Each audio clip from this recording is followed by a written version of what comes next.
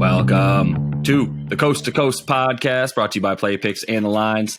Coming to you from the West Coast, Josh Lander, joined as always by my guy on the East Coast, Nate Weitzer. As these playoffs roll on, Nate, we are talking Game 4 of that Eastern Conference Finals. That was an interesting game, to say the least. In Game 3, Hawks came out on a tear, and the Bucks pulled back. And then obviously the end of the story game was Trae Young's ankle injury as he stepped on the foot of a referee while he was standing out of bounds. Pretty awkward play there. We'll see what his status is for Game 4. Currently questionable. But as always, if you do still need a FanDuel or DraftKings account, head to fdpicks.com or dkpicks.com. Find all those local listings in your area and make sure to like and subscribe to that page. We had a gift card opportunity from this last game in Game 3. Trae Young's total points plus his three-pointers made, which amounted to, I believe, 6 threes made, we said, 35 points, but nobody was able to guess that correct number. So we're going to roll that forward to today. Make sure that you are liked and subscribed to the page to be eligible, and then jump in the comments with that total of the prop we'll give you here in just a moment.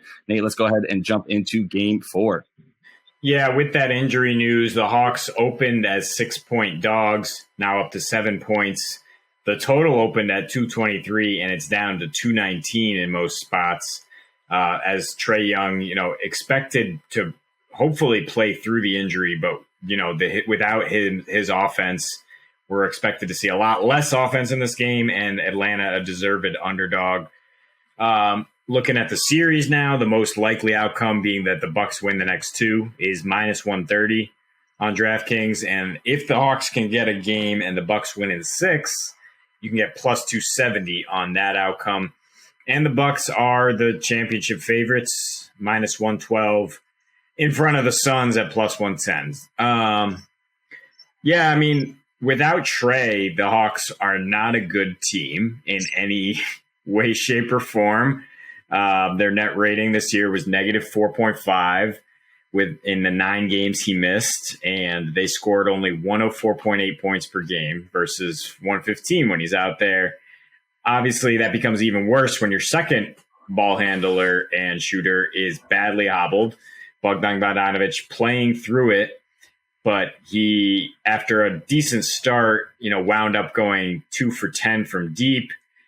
A little out of rhythm, had a real bad play to get blocked on a 2-on-1 break. That kind of was a key momentum switch there. So it's just a question of where do the Hawks turn? I mean, is Lou Williams going to take on a bigger role because Trae's not 100%? Are the Bucks going to change their defensive approach? Because the last 2 games, what they've been doing is saying, we're going to stop Trae's drive at all costs. And if he beats us with threes, we'll shake his hand. It's worked to an extent. The verdict would still be out for Game 3 had he not got hurt. But he only has 7 assists. He has 13 turnovers in the last 2 games.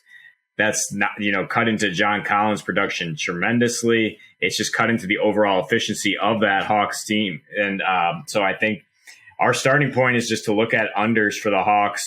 I know you would go even lower, but I mean, the opening line of 106.5 for that Hawks team, I would go under that points, and I think we would still take the under at 219 for the total game, assuming that Trae is not going to be lights out. Yeah, it's interesting. I would say the only thing that's really putting that under in jeopardy for Game 4 would be the fact that the Bucks seem to have found their offense, right? In Game 1, they came out to the point that you made, a little bit stagnant, a little bit worn down after that really championship-like series, as we've said, between they and the Nets. But since that time, Game 2, they came out 121 offensive rating. This last game, 125.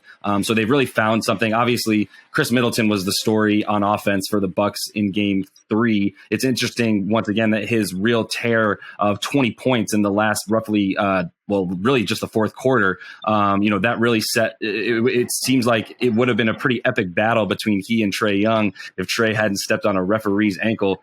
Something about these playoffs feels cursed, the way that we're watching guys go down like this. But at any rate, what we can look forward to, once again, I think, is the total. Like you said, I'm actually eyeing a little bit of an alternate total for the Hawks specifically, 103.5 points. If you take under that for the Hawks on FanDuel, you get plus 134, I believe, on your money. I feel really good about that, considering that, as you said, 105 or so, 104.8, I believe, was how many points per game they scored in 9 tries without Trae Young. I think you can expect the scoring, as has been the case for literally every team in the league this year in the postseason. You can expect the scoring to go down in the playoffs even more. And this is a different ballgame. Trae Young was clearly built differently from the standpoint of being ready for the moment and wanting the moment. It's not like other guys have necessarily backed down. We've seen, obviously, that great performance from Kevin Huerter last series. And we've seen John Collins really step up in a big way, despite his inability to even come close to trying to guarding Giannis Antetokounmpo. On the offensive end, he is bringing it and he is crashing the boards,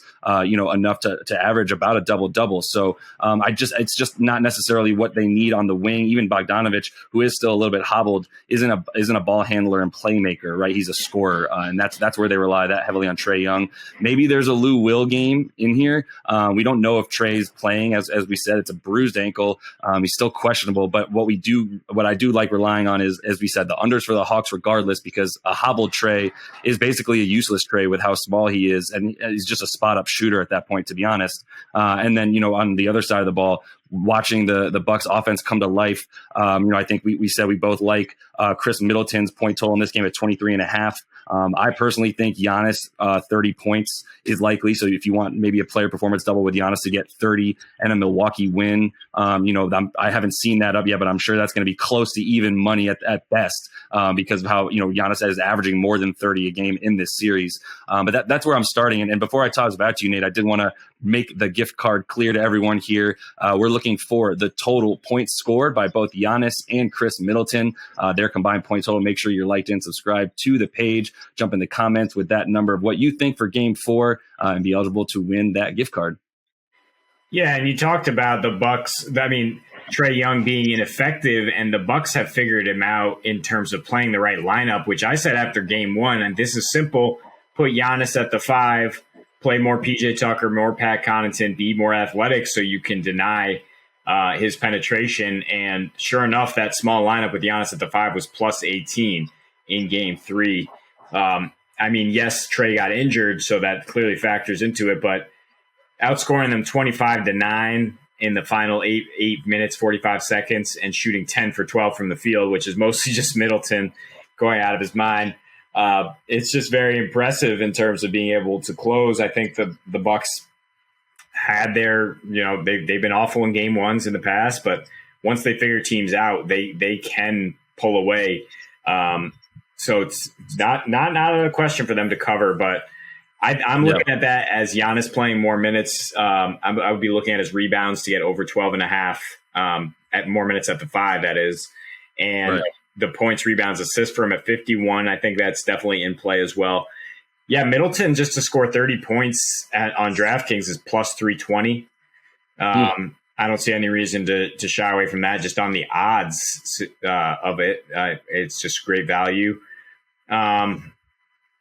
And yeah, I agree. If you want to parlay the Bucks money line and the under together, that's a good way to stay pretty safe because these games have been ending, right around where the spread is situated.